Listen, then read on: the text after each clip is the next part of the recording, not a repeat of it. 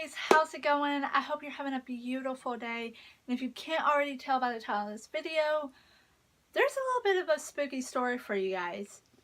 Now, growing up, I was definitely one of those little girls that had imaginary friends, or I guess just people I would talk to.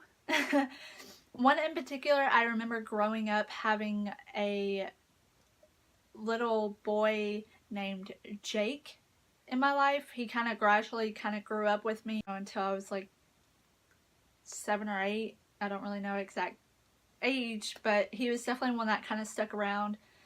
And I was also one of those that used her like stuffed animals, to be my students if I acted to be a teacher, or my patients if I acted to be a doctor, or customers if I was a clerk at a store. The list goes on. So I definitely resonate with the whole imaginary friend concept, but I have never myself experienced one that could be haunting me. So I will be reading a story that I found on Reddit just simply by looking at the title, because again, I was like, okay, imaginary friends, check. Hauntings, interesting, so check. And I will be reading it for the first time with you guys. So let's get into it. This is titled, My Childhood Imaginary Friend is Haunting Me, Part 1. When I was a child, I had an imaginary friend named Mary. We played together on lonely summer afternoons when my parents dropped me off at my grandparents' for a few weeks. My grandparents lived in the middle of nowhere, their only neighbors being one middle-aged couple who owned a farm 10 minutes down the road, so there was no real kids my age to play with. That's why I made up Mary, or at least I thought that was the case. Mary was about a year older than me when I made her up, after my first year of kindergarten. At first, my grandparents seemed to think it was cute. I overheard them on the phone with my mom the night after I first brought up Mary's existence. Oh yes, she's so imaginative. Has herself an imaginary friend she calls Mary, my grandma had said. My parents thought it was cute too, I suppose. I was still young enough for it to be cute, but it wasn't long before it started to annoy them. I blamed everything on Mary. When I ruined my nice skirt playing in the mud, I cried, but it was Mary's idea. When one of my grandma's expensive picture frames was knocked over and broken, I was certain it wasn't me. It must have been Mary. Now, I wasn't a bad kid. The incidents of that nature were rare. Mary wasn't bad either. I told everybody who would listen. She was just lonely because she'd been living by herself for such a long time. They didn't understand what I meant by that. I forgot what I meant until recently. You see, in my mind, Mary existed before I came around. Okay, first off, that's creepy alone.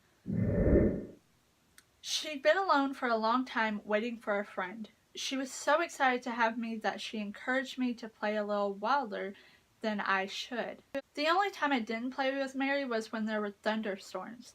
I'm told I would sit in my room for those days moping. When I was asked about it, I apparently explained that Mary couldn't play during thunderstorms. She had to hide then. When summer ended, I was sad to leave, promising my invisible friend that I'd see her at Thanksgiving. When that time of year rolled around, my parents told me I should play with my cousins instead, but they were all older than me and didn't want to bother letting a 6-year-old play their games. So off I went into the woods to hunt for frogs with Mary. I stayed close to the edge so that when my mom called me in for the meal, I'd be able to hear her. I remember that Thanksgiving clearer than I remember Mary.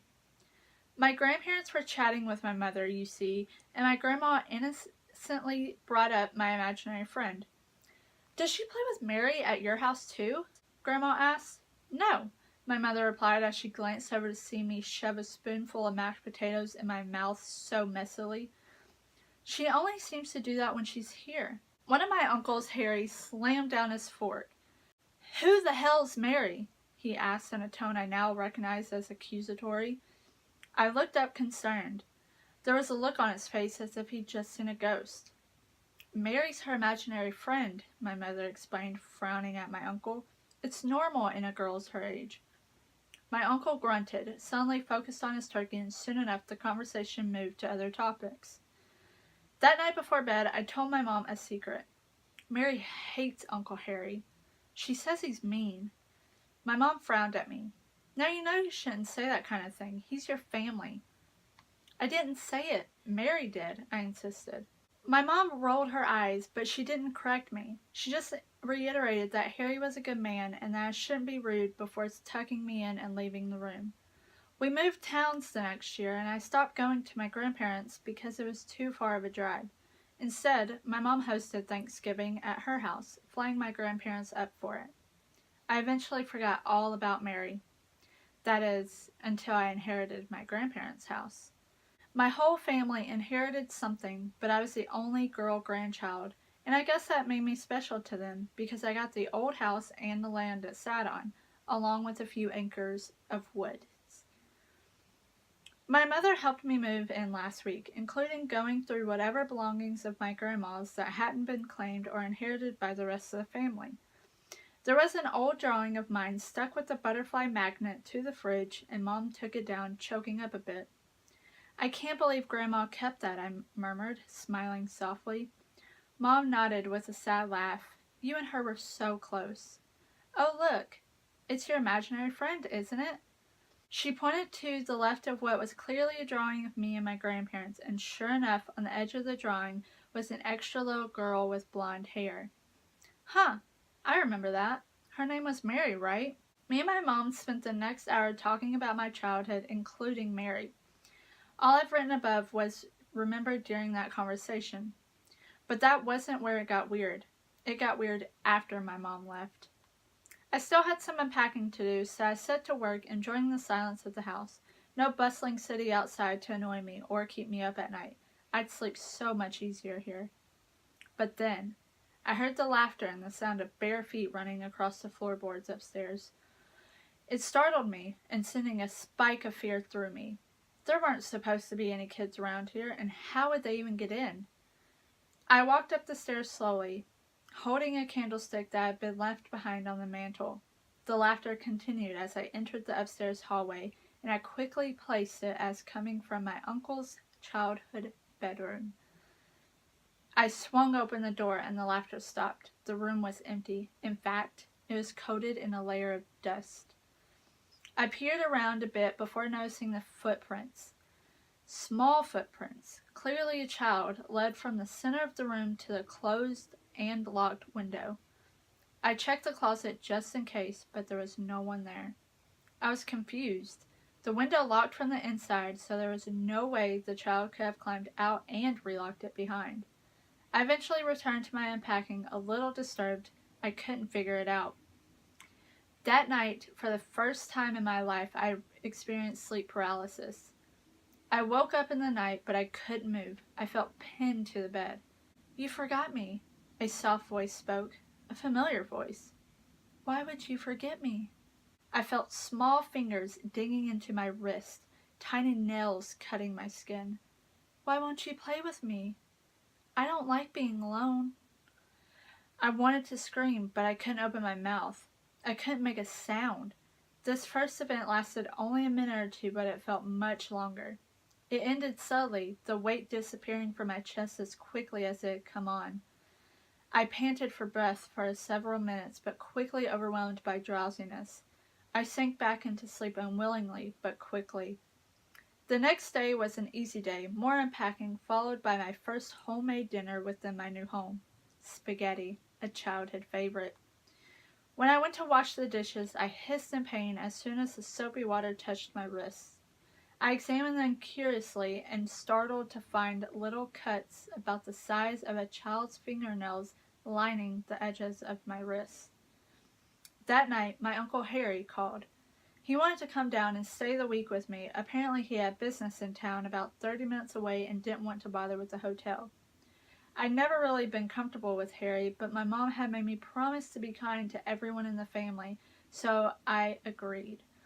I told him he needed to bring an air mattress, though. I didn't have the money for a spare bed, and his kids took the one in his room. That night, things got worse. I woke up to hands around my throat, pressing me down on my windpipe. There was childlike sobbing coming from above me, and I felt thin knees digging into my ribs. "Why would you let him come here? He's evil, he's evil," cried a voice. I don't know when she left that time. I lost consciousness before she let go. I have faint bruising around my throat today, and I'm freaked the hell out. This has to be a haunting, but why? No one's ever died in this house that I'm aware of. My grandpa built it himself when he first married my grandma. But I've made the easy connection between Mary and my childhood and that little girl who keeps hurting me in my sleep. It wasn't a hard leap to make. My uncle gets here the day after tomorrow, so before he gets here, I think I'm going to pay a visit to the neighbors, the ones who own the farm. They're still there, though they're getting on in their years. Maybe they'll know something about Mary. I'm scared to go to sleep tonight. It's already 11 and I'm getting drowsy. I've burnt through several shows on Netflix tonight trying to stay up, but it's a losing battle. So that right there is part 1 of a 3-part. I will put the other 2 parts in the description in case y'all are eager like myself to know what is going on. Personally, I am really curious to see or hear if there's the connection between Mary and Harry, because honestly, given that the grandpa built this house, there was obviously no deaths, and so it can't be that related, but given that this is probably very old land, I'm curious to know if it has to be something that was previously on that land and what it could be, given that it's a little child. I guess we shall see. If you like this type of video, make sure to give it a thumbs up, let me know, and if you don't, you are happy to read it the rest yourself. Until then, I love you guys. Let's hope there's no hauntings from this point on from our own imaginary friends. And we will see you guys on the next video. Bye!